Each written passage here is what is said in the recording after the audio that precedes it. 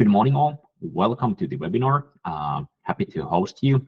My name is Tuomas Pahlman, and excited to share you some insider knowledge on how to build your fundraising process. So let's get started and setting the agenda. We booked for 1 hour, but I'm looking at my slides. I'm having more than 60 slides, so might be 1 hour, 15 minutes and so forth. And we'll start by just introducing the key phases of the fundraising process, then going into reverse engineering the process backwards. So starting from what makes a fundable startup in the investor's mind, and from there, that how do you catch those investors' attention into building the your investor funnel and being able to manage the whole process. And then on the end of the session, we have been reserving 15 minutes for Q&A. So let's take the questions at the end of the session.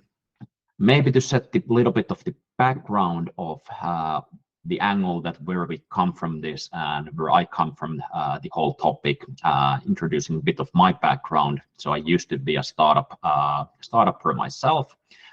Did a couple of startups. Guess I succeeded, exited both deep tech startups. So I was doing software and analytics. And since then, I exited those in 2016, the latter one. And since then, I have been more into helping startups, angel investing. Now I start to have more than 40 companies in my portfolio. Have been in different board seats, also in Finnish Business Angels Association's board. And still doing some direct investments to startups, but more through VC funds lately. And latest thing that what we're building is the platform hopohopo.io. And so I'm back in a startup track. I wasn't thinking of building another startup myself, but started to get a lot of users here. So that's the reason why we ended up of building this platform that we're building at the moment. But then that's about me. Maybe a couple of words just around on the platform. So where we all started this thing was that we started to help angel investors to source and screen their deal flow. We did it for ourselves at first, but then started to see other investors, business angel networks, wanting to use our tools, and little by little it became a product for the investor side. But the idea of why we keep actually this startup webinars was that our aim with the tool is not to build a investor product, but we're actually building also products for investors and startups to collaborate. And why do I talk about collaboration tool, a collaborative CRM? Well, because the main thing that we have been finding out on the struggle of this startup investing is that it actually requires collaboration between multiple stakeholders. So it's not only the investor's process, or it's not only the founder's process to get that investing happening, but it's a collaboration between the parties. And in minimum, there is one investor and one startup founder. But typically there's multiple investors, multiple founders, and there can be a lot of advisors, accelerator people, mentors, business angel networks or event people facilitating these investors and startups to find each other and making the whole investing happening. So that's what we're building around, is a place where investors and startups can collaborate in the investment process. And today we're going to focus around the startup side of this journey and simplifying it between the investors and startup founders collaboration. But as it's a collaboration and it's a dual-sided process, so what we wanted this to actually frame around is that understanding this process as a buying and sales process. What we mean by that is that the startup fundraising, in essence, it's a sales process. So you as founders, you're selling the shares of your company to the investors. And naturally, on the other side, the startup investing is a buying process. So the investors are in a business of buying your startup shares or convertible notes, the financial instruments. And why this is important, it's to understand that the traditional business-to-business sales laws applies in the startup fundraising. So if you take a look at the typical business-to-business sales laws and processes, they go hand in hand with the startup fundraising. So, for example, typically it's a very high deal size. So you're looking for tickets minimum of 10K if you're looking for angel investors, but the tickets can go up to multiple millions from VCs. So it's a high deal size. The other thing which is very typical for this is, as it's a high deal size, the investors are having a long process of evaluating the startups. They're not just throwing the money easily in there.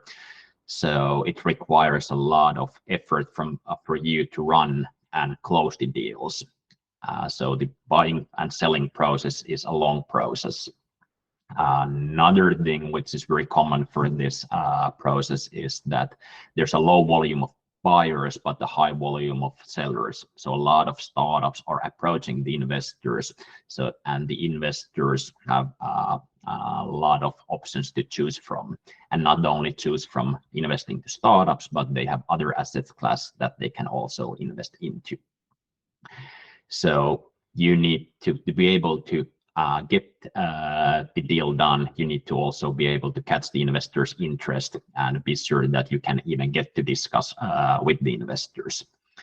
And naturally, one of the things that with this long buying processes means that the product that you're selling, so your startup, the deal that you're offering to the investors, it must be an outstanding one, and that's a must-have. So if you're not offering something outstanding to the investors, they will most likely skip you and go to the next one.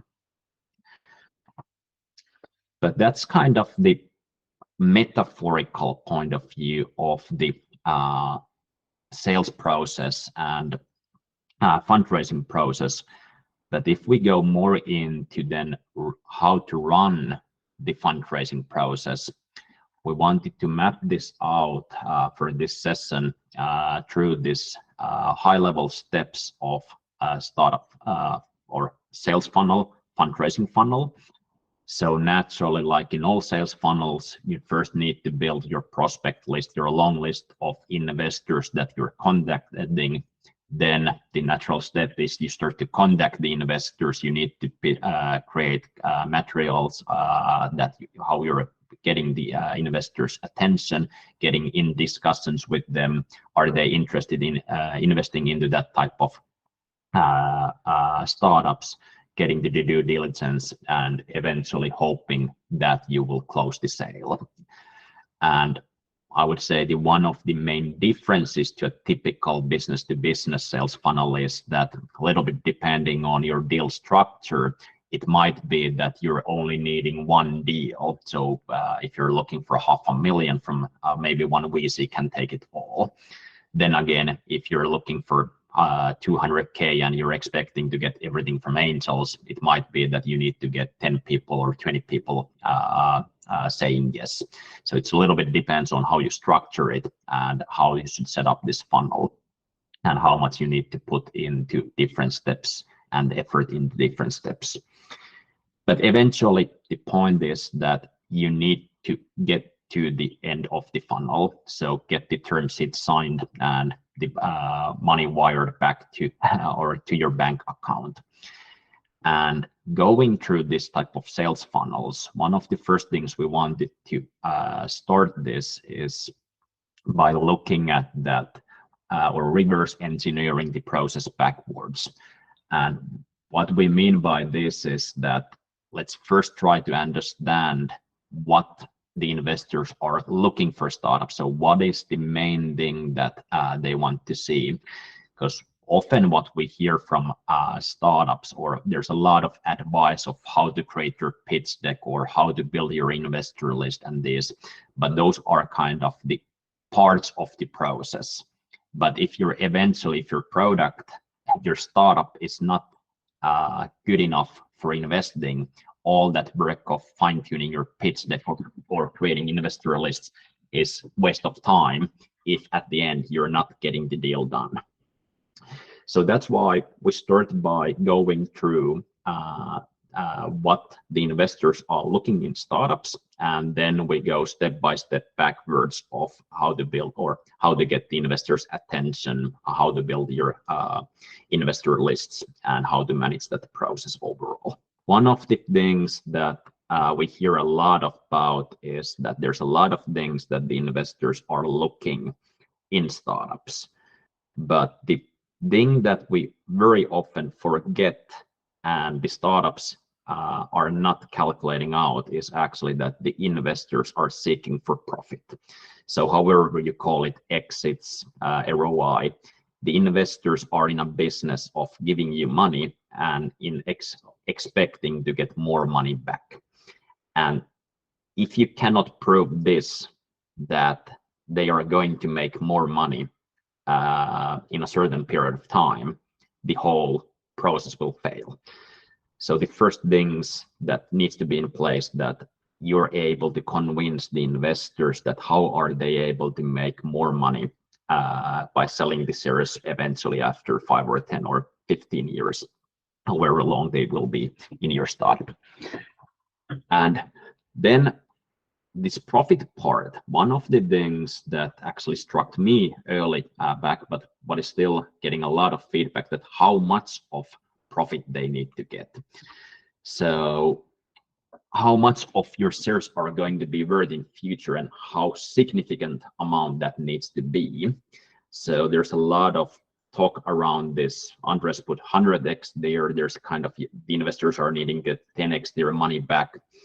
But the problem around this is that where all this mathematics comes from. So isn't 5x or 3x already good enough compared to that? If I would get my money back 5 times in 10 years, wouldn't that be already kind of good enough for this investing?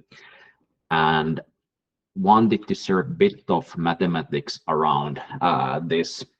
So what the investors are typically, and we see investors in this case, are looking at is getting roughly 50 to 100x your pre-seed seed valuation. And this what it makes very often the businesses that looks good in surface or can be very good businesses for the startup founders, they are not actually good investment cases. And this good business versus good investment is very often the thing that turns down the startups during the fundraising process. And why this comes so let's dive a bit deeper into the startups as an asset class and how investors are evaluating them as an investment. And for this, it's good to understand the investors' options. What other options, so what is the competition for the startup investment? And for this, like myself, I have a possibility to invest into a lot of different asset classes.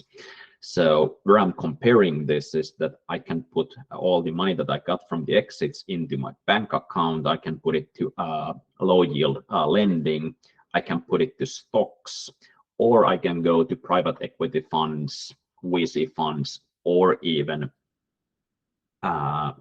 get into directly into the startups. So the point of this chart is simply to tell that the first competition of the investors' money and your startup valuation is all the other options where we can invest our money.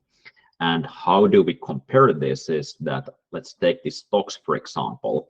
There's a historical 8% return for stocks being throughout the history.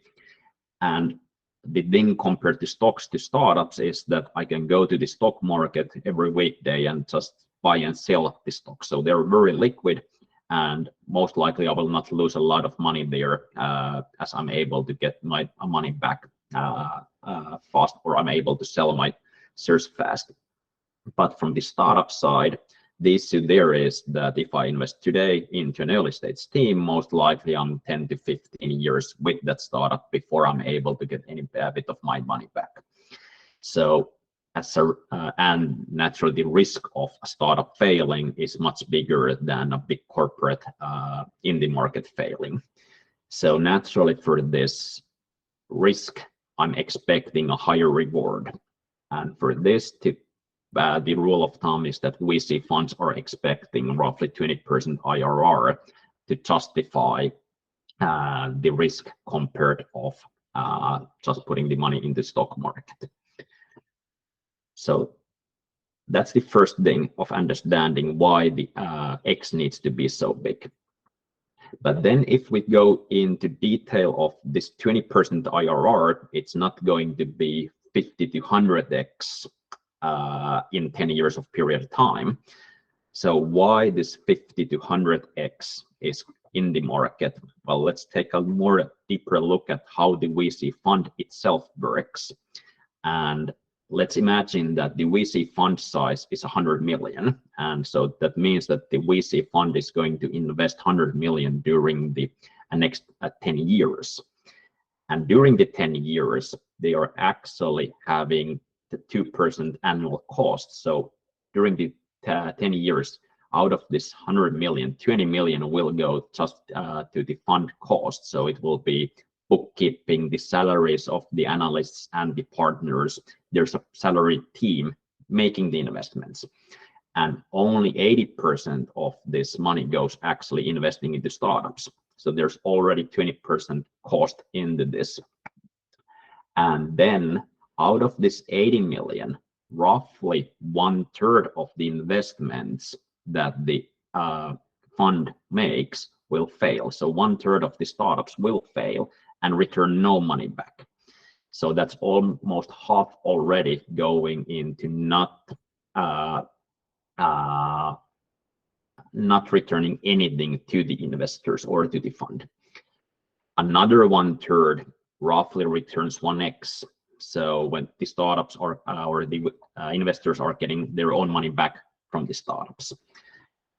And that means that the remaining 1/3 needs to return 10x. That means if they get into this, means roughly 300 million return, total return for the fund, 200 million profit, and roughly a 20% IRR. And here's the kind of fun part of this, that if this rest part only gives 5x, it still looks big numbers, but the IRR of the fund is the same than in the stock market.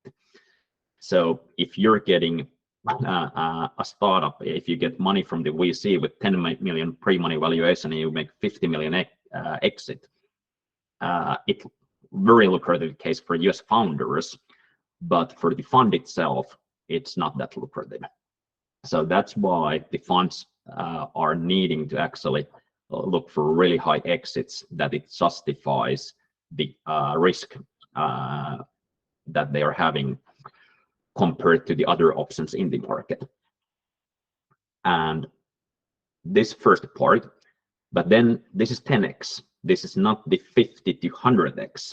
And that main difference comes that the VCs are not giving the money, the full money instantly. They will give it to you in different batches. So most likely they will invest a small amount in the first round, in the pre-seed seed round, but then they will invest more on the follow-on rounds. Thus, this money will go, they need 10x for the full investment, but for the first round valuation, they need that 50 to 100x. So that will come back into the question that if you need 50 to 100x valuation from the pre-seed seed valuation, your question is to justify, or your quest is to justify, can you make a 500 million business or bigger in roughly 10 years of time? And that's what the investors are looking at, not to say that if you make a 50 million exit in 10 years of period of time and you own 30% of that, hey, that's a great thing, go for it. But it might not be the greatest thing for the investors. So it's about the difference between good business and good business for you versus good investment for the investors. Okay, but that was the start of just understanding that the expectations of the investors. But then let's go back into details of how the investors evaluate the startups and what are the components in here. And for the background of this, we actually did the big study around, analyzed more than 2,000 startup deals from the investors and started to take a look at what are the reasons that investors are saying no to startups. And as we saw already in the chat, they are very repeating. We had a hunch that if we just go through this mess, we will find out a lot of common things there. And more just taking a look at myself of these deals, it starts to be very repetitive things that we say no to startups. And of course, the counterintuitive thinking here is that those things that makes it a red flag, those things should be covered, that those should be well handled by the startup. So that's what we started to study at, that can we decipher the components of a fundable startup. And this is what we came up to around, is that the first things that makes the components is simply that the startups are solving a problem. And why solving a problem? Well, there is in the books already this problem solution pair, problem solution fit. And one of the main things of this is that if there is no problem, it's very hard for anyone to explain, is this a good solution? Because I used to do tech myself, but how do we say that, okay, if some analytics or if some technology is good, if we don't compare it to what we try to achieve with it? So if we do code or if we do a sensor, whatever, it's almost impossible to evaluate as an investor, is it a good technology if it's not solving some problem. So the first things the investors are looking is that, is there a problem solution pair, and is the solution actually solving the problem? But then the other thing that the investors are looking that, okay, if there's a problem solution pair, is there a big enough market for that problem solution pair? So is it, for example, something that you go that there's just, let's take us in Finland. Very often this is not the most competing market, so we don't have the newest technology always here. Sometimes we do have, but not always. So it might be that there's a lack of competition or other providers here, but then there's no bigger market for that solution, or that the market dynamics are different in different countries or so forth. And naturally, the competition is one part that is the problem solution pair competitive in the market. And the thing with this is that all of this needs to fit. So what the investors are looking at, that all of these things fit together. It's not only a problem solution fit or product market fit, but all of these pairs fit. And what we typically, or I have a very stupid example, that I can have a product market fit in selling ice cream in my street, just simply because there's no competition, there's no other people selling ice cream in my street. But if I start to expand my market, well, maybe I can sell or be competitive still selling on the next street. But if I expand the market into 1 kilometer radius, there starts to be competition. There's stores, there is a grocery stores, kiosks, whatever, and I'm not anymore competitive in that place. Thus, it's really much about balancing this, that what market we can be competitive. And if we take this stupid example, okay, I can be competitive in selling ice cream in my street, but it's not really an investing case. So it's not big enough market that investors would pour millions into that. And then I don't have any competitive advantage after trying to make a market bigger. So when you're thinking of what the investors are looking at, that if you need to be, or if you need to convince them that you're going to be a 500 million exit in 10 years, the market needs to be huge, and you need to be competitive with your problem solution peer in that huge market. So that's really the challenge of just finding those markets where you can be competitive with the problem solution peer you're doing. And this is really the core of this business case, what the investors are evaluating. Then on top of that comes a lot of the other stuff. So for example, the business model you're doing. And why they come on top of this is that if you're doing a problem solution, let's say that you're doing a barber shop, or you're doing whatever, Uber or whatever, the business model really doesn't make sense if you don't specify the core. So for some markets, some problem solution fits, consulting works, but most likely, so the business model can be only decided rationally after you kind of know the core of your business. And then the same goes for your go-to-market tactics. If you're going, again, selling ice cream in my street, very different go-to-market strategy, growth model versus trying to scale selling ice cream throughout Europe. And all of this, naturally, what the investors are evaluating is that, is it scalable? Can you actually take the, all of these components, are they scalable? So looking at, for example, barber shops, if you're just doing, or any type of professional services, can you actually build it in a scalable manner that the growth is possible? And then on top of it, you're resourcing. So does the financials, the business case, and your funding plan make sense? And the final part here is the team, naturally, that can the team make this happen? So all of this is something that you build your story around, and there's very often we see that there's kind of good problem solution fits, or these markets analyzed well, teams from consultant teams or junior consultants, university teams who can analyze the core, but they have lack of capability of actually executing. And this is being naturally that the investors are looking that the team can actually execute this holding. So these are kind of the cores of the components that the investors were looking at in the startups.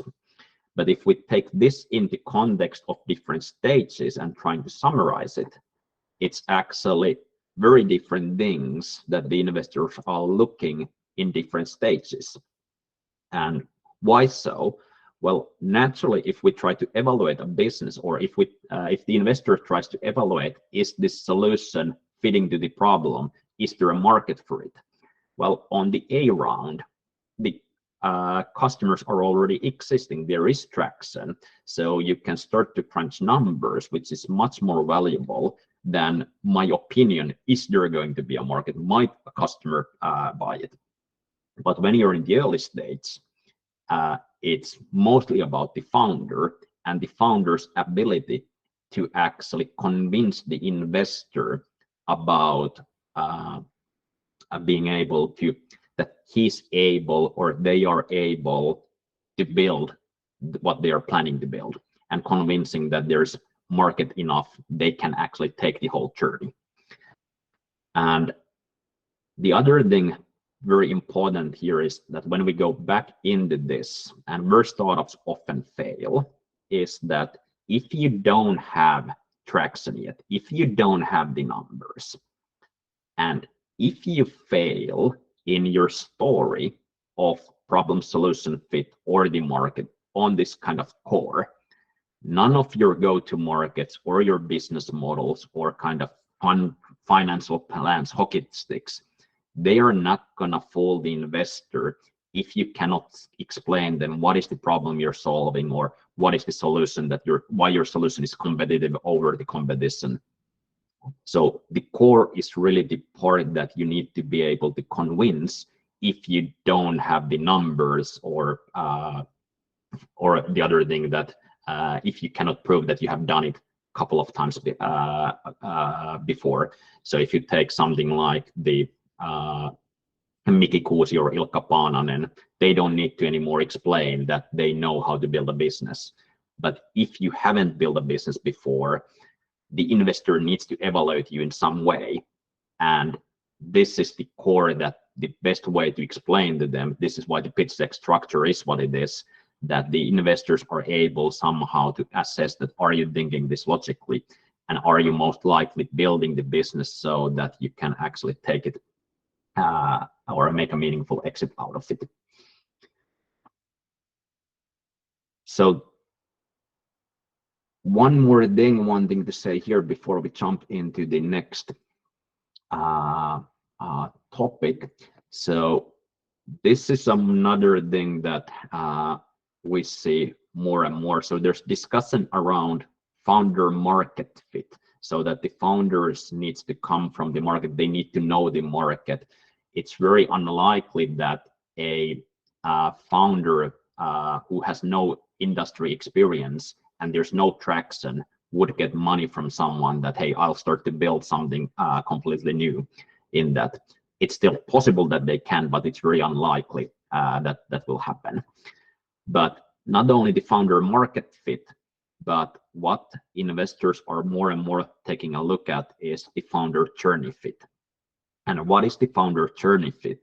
It's actually that if you're in pre-seed, what is the kind of earliest stage that the investors can use typical business business management methods to change the management team. And before you have a proper product market fit, before you have proper traction, proper business, sales and organization, it's damn hard to change the founders.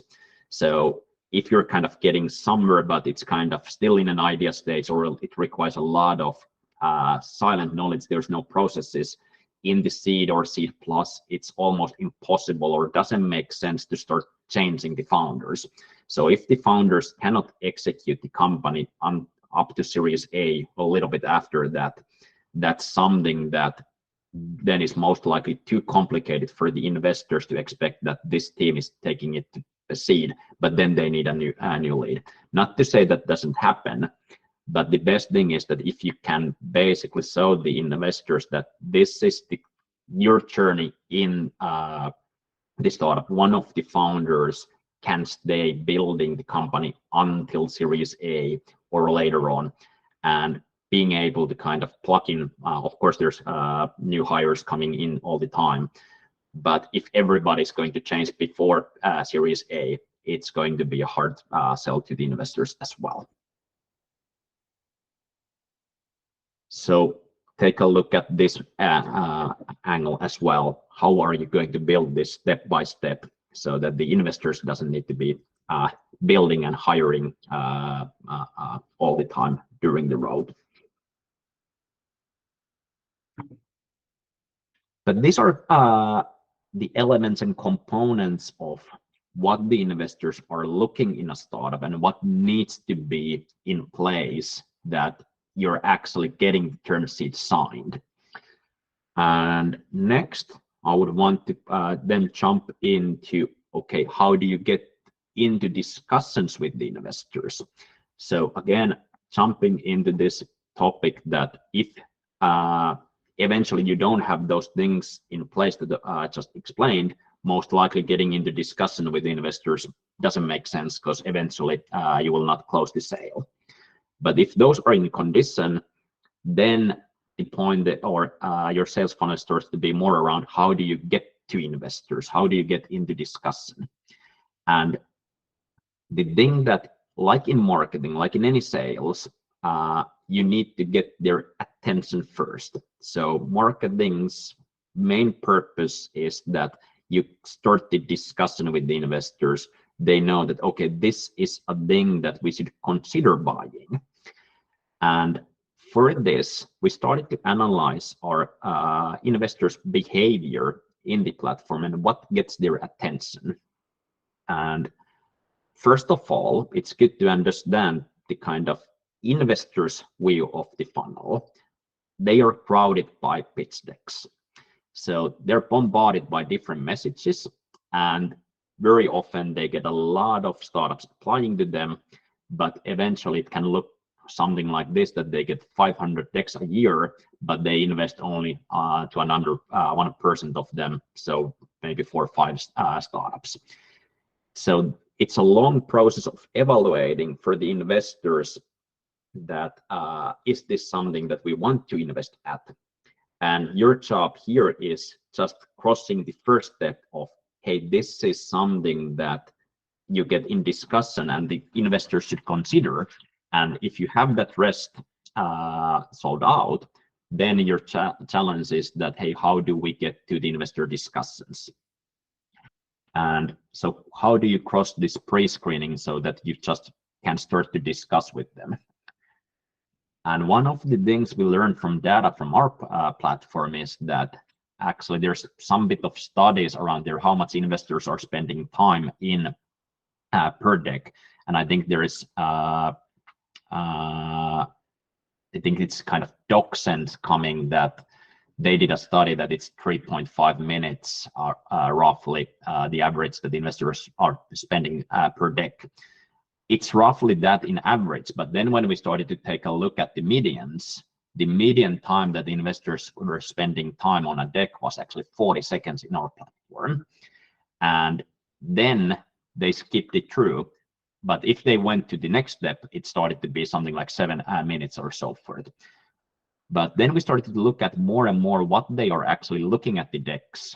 And this was how they behaved. They didn't start to go to problem, the solution, and they didn't start to spend time on the story that we're often told, but they more skimmed into slides 12, 13 and find it out a reason from there, tried to say instantly why I shouldn't be spending time on this deck. And it can be something like that, hey, we invest only when there's traction, or we don't invest into this geography. The investors first wants to know that should I even spend time on this startup? So meaning that they want to spend as little as possible on the ideas that they know it's not going to be an investment case for them. So the same thing when you're looking for the investors, you're not wanting to spend time on investors who are not going to invest at you. So the faster you know that this is not going to happen, the better for all parties. And what they are then looking at first, so before they start to listen to your pitch and your story, they are taking a look at that. Will your case fit to their thesis? And so it's kind of countries, ticket sizes, stages. But if they fit, then it's about what are the other choices and how do they how can they be sure that the pitch is worth their time. And what we know this is that the first things investors are looking instantly is quantifiable stuff. So if you have sales, if you have MRR, it's kind of the easiest way to say that there is somebody has been paying you for your problem solution fit. And that validates better than the investor's mind. So it just gives them that, okay, I'm wanting to take a look at this. If you don't have sales, the next thing is that, okay, have you been convincing somebody else? They're just basically probing that, is there a correlation? Is there something that would prove, has somebody taking a look at this already? And it's signaling to them that, okay, somebody's trusting this. There is something in here because you have been able to convince at least other investors in the board. Or numerical user traction. If you have a prototype ready or you have a wait list, there's something that can be quantified. So these are always the kind of easiest for the investors to evaluate and get their attention. This doesn't mean that it will make the sale, but this will buy you from the 40-second into the 7 minutes. And if you don't have any of these, then you're in the challenge of, can you get actually into that 7 minutes?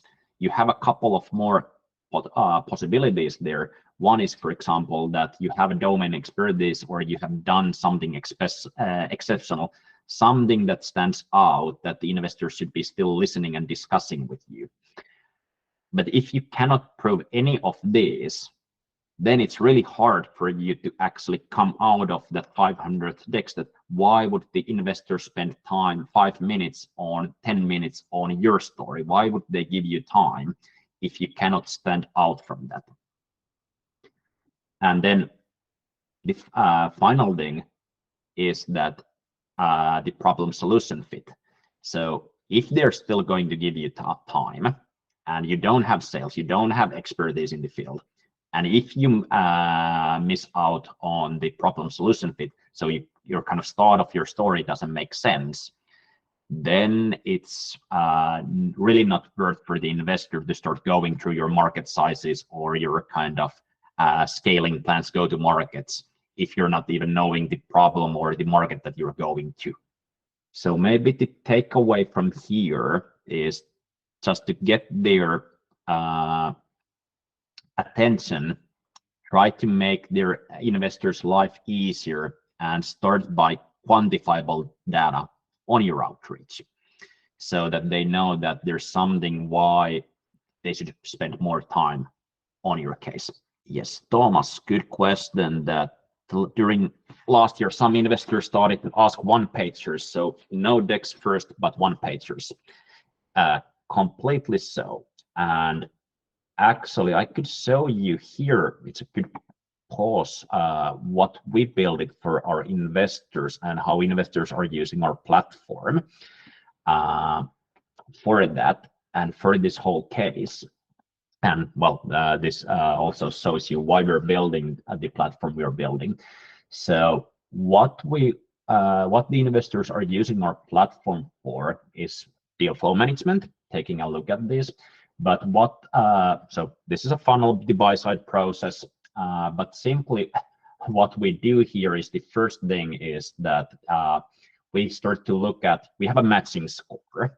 And it's a pre-screening tool. So it's kind of working for this, for the one-pager. Should I spend time on this startup? And when I start to go through this startup, of course, I could go through the problem solution, start to spend time on the pitch deck. But the whole point is that first we start to take a look at, for example, myself, I'm not investing into health tech, med tech, so I will skip. I will not spend time on it. And that's why the executive summary. So you can just swipe left that no, it's not for us. It's not for us. And then you can start to see that, okay, not even this one, it's tech, DevSec. But then when it starts to be kind of, this is actually one of my portfolio companies. So when it starts to be kind of fitting to the basic criteria, now I should start spending time on this deck, start to go through the problem and solution.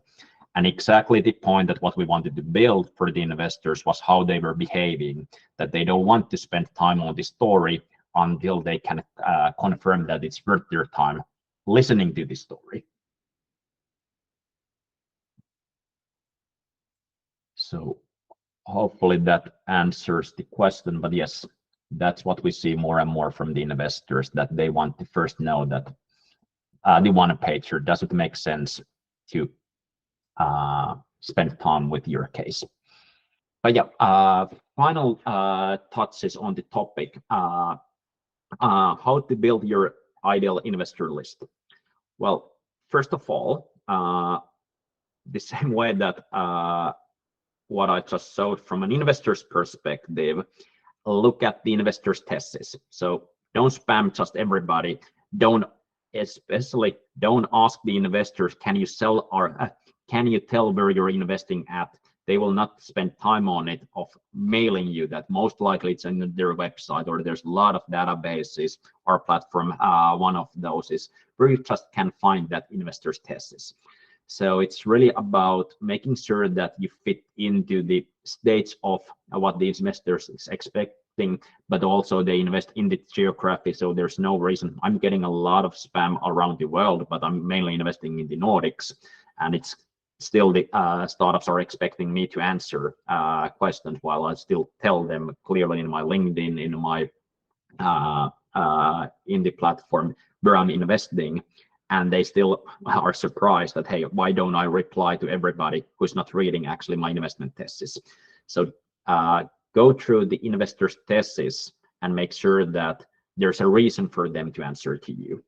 So where do they invest in? Do they invest into the product type? So many investors don't invest in hardware, for example. So if you have a hardware component, don't expect investors to be interested about if they don't want to touch hardware, or the vice versa.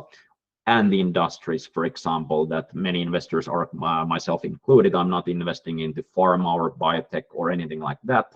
So it's not worth for me to spend time on those cases. And another thing is kind of the ticket sizes. Is your deal fitting to the ticket size? So if you're looking for 2 million and you're starting to approach angels who are making 10K tickets, you need to find 200 angels doing that. So good luck for trying to manage that herd. So trying to find that the investor fits to your to the fundraising process. So they are the same way that you're looking for customers, you should be looking the ideal investor profiles. So ideal customer profile, ideal investor profile. And then it's much more likely that you will get in discussions with the investors. And there's a lot of sources for investor lists. So paid databases like PitchBook, which is really expensive, I think 10K per year. Cheaper ones like Crunchbase, Dealroom is question mark nowadays what it costs. They try to go up market, but still PitchBook has a lot of value there. Then there's a lot of free lists, and definitely you should use your own network. If you're in an accelerator, they typically have their own list. If there's a local venture capital association or business angel association, then there starts to be a lot of lists out there in LinkedIn, but the quality is so and so. So mainly you get investor names, but you cannot trust really data. Other founders might give you insights.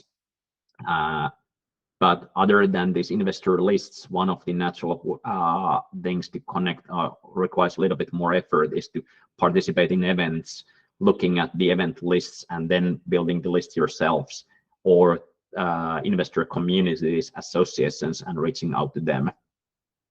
And naturally, going this slide still fast through. So how to prioritize these investors? First of all, always take a look at your direct network, because that's something that you have the fastest access to. And secondly, warm intro. So if you know somebody who can recommend you, that's always an easier way to get that the investors will most likely take a look at least your case. So you will cross the 40-second case in that sense. But if you don't have these, then go email directly to the selected person if you have a selected person there, or only after that LinkedIn, because LinkedIn starts to be so noisy nowadays that it's full of spam. So many investors are not replying anymore in LinkedIn. And after this, because this is personal, then if you cannot find a person there, go to a website forum and try to avoid as much as you can all these generic emails of info@fund.com. Most likely will not fly. Some investors still do, but many of them don't check these emails and reply into those. So they are mainly spam boxes. And naturally, what we're building here is that, and the sales pitch now here is that you can cut 80% of this work with our platform. So here, the same way, I just showed you basically how the investors are looking and using this funnel scoring for seeing that is this a startup fit. The same thing we can do from the startup side. So the same company, but from a startup perspective. So the point what we're building is that most of the CRMs or startup fundraising tools, they're one-sided.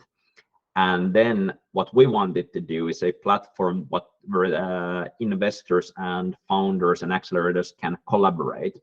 So the same way that the startup was shown in my deal flow at the moment, the startup has their own profile here, and they can, well, build their profile. It's actually nice nowadays that they can just simply drop their deck and all these profiles built by AI based on the startup deck, and add the missing information here. And then what you can find out in our platform is simply the best matching investors to the startup. So here you can invite your shareholders, build your cap table, and start to discuss with your advisors and build your fundraising funnel. So we start to show you what are the best matching investors to you, and then the investor details. So like myself, the investors can build profile in our platform, and we have that roughly 2,000 investors, mostly angels using our platform at the moment. But then also we go through that a lot of investors who are not using our platform for deal flow. So then we go through Crunchbase and PitchBooks and scrape their profiles. So you can also see that, okay, this might be a VC that you want to contact, but they're not in our platform. So then we just show you the ways to contact. So you can basically keep your fundraising funnel up to date and your advisors up to date in the platform, and keep streamline this whole fundraising process from your side. Used 1 hour for this, sorry, a little bit over time, but now next 15 minutes, as much as you want. Let's head to the questions. So let's feel free to put them on the chat. I'll start to go them through there, and if you want to ask something, just raise your hands as well, so we can take that type of questions as well. So let me start going this through. So last thing, so Andras is asking first the cost of our service, 50 euros per month for startups. So what you will pay is, well, you can build your list. It's a premium, you can test it out. So if you want, you can apply to a lot of investors for free if you get the link from them. And if you want to use the fundraising funnel, it will cost you 50 euros per month. So our business model is very simple in that sense that we wanted to keep it very low for the startups that you will save compared to buying PitchBook or Crunchbase or spending your own time in researching other platforms. You will just simply get that list built in our platform. So that, and then thanks Rolf for joining. Thanks Kevin for joining. Tuomas, what is the position of Hopa Hopa comparing to Traction Board or OpenVC? Good one. So I love what Steph is building in OpenVC and Traction Board. Our part of this more the collaborative side. So this first of all, it's kind of, this is copy paste from my previous company, and what OpenVC is practically a list of investors, but then keeping up that investor list, who's active, how they're feeling. So it's one-sided platform. And problem of these one-sided platforms are basically that how do you service the other side? And our aim is actually service the other side and be a collaborative part. So one of our main users who are actually not only startups but accelerators, because accelerators are helping startups for looking at this or making the fundraising possible. And this is the main thing that we want to enable, is that you can actually apply into an incubator. The incubator sees their portfolio and they can help their portfolio companies reach the accelerators, reach the angels. Angels can help them forward. And the startup has one platform where they share their details and graduate through that whole funnel there. So that's the main thing that we're doing different than OpenVC and collaboration in that sense.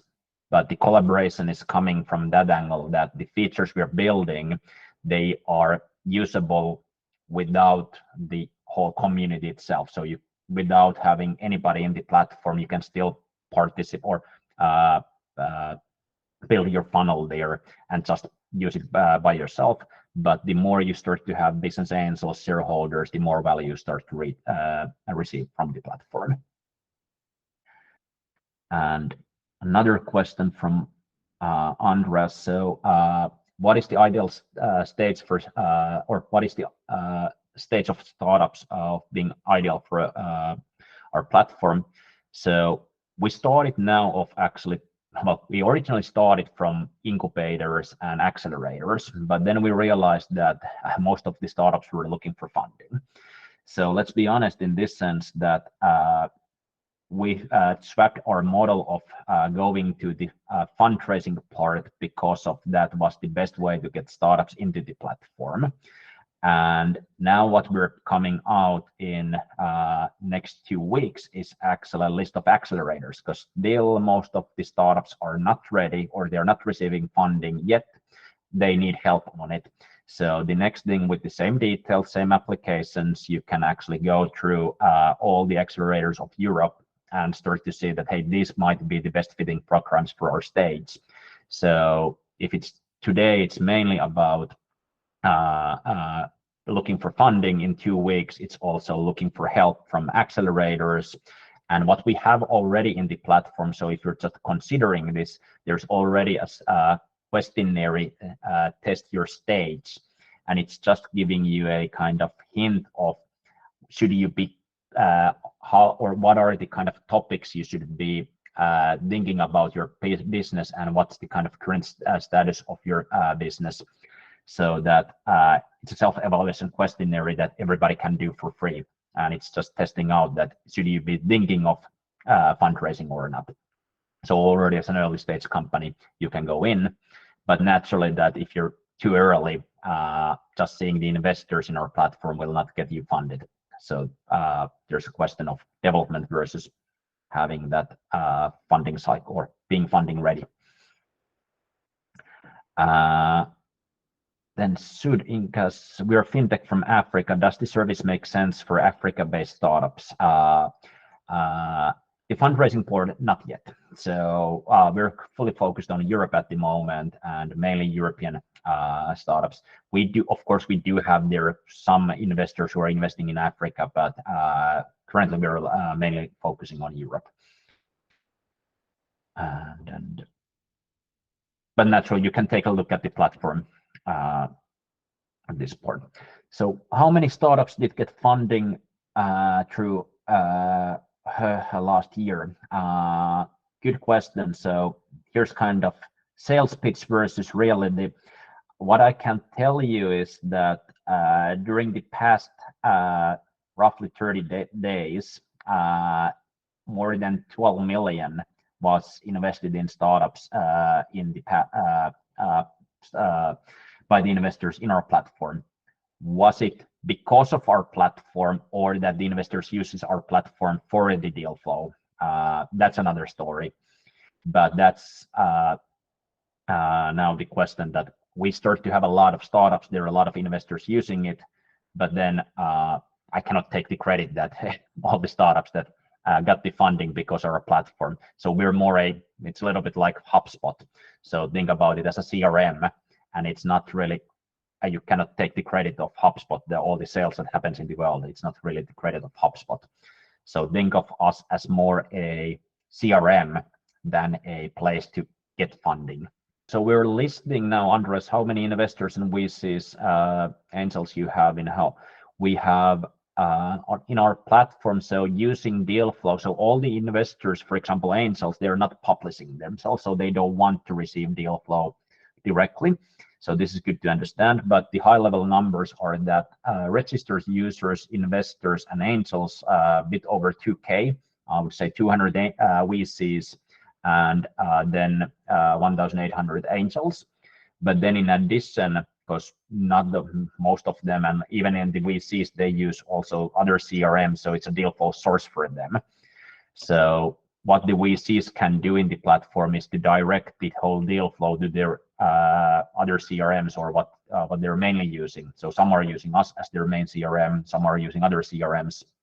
So that's one thing to note from these 200 VCs who have been signing up. And then we have been going through PitchBook's crunch basis. So we, well, I think we go more than 50K investors at the moment through just extracting and trying to understand that what these investors are investing to. So the investor database is growing all the time, but this is more of just finding for you that, and now focusing on Europe, that we can find you the relevant investors here.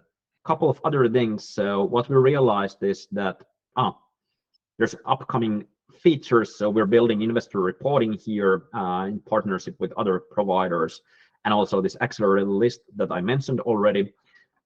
But then in addition, we realized that we have a lot of content, and we're building a whole series of webinars around these topics. So deeper dive. Now it was still high level of and running through the different sessions. So we're kicking off 5 weekly webinars.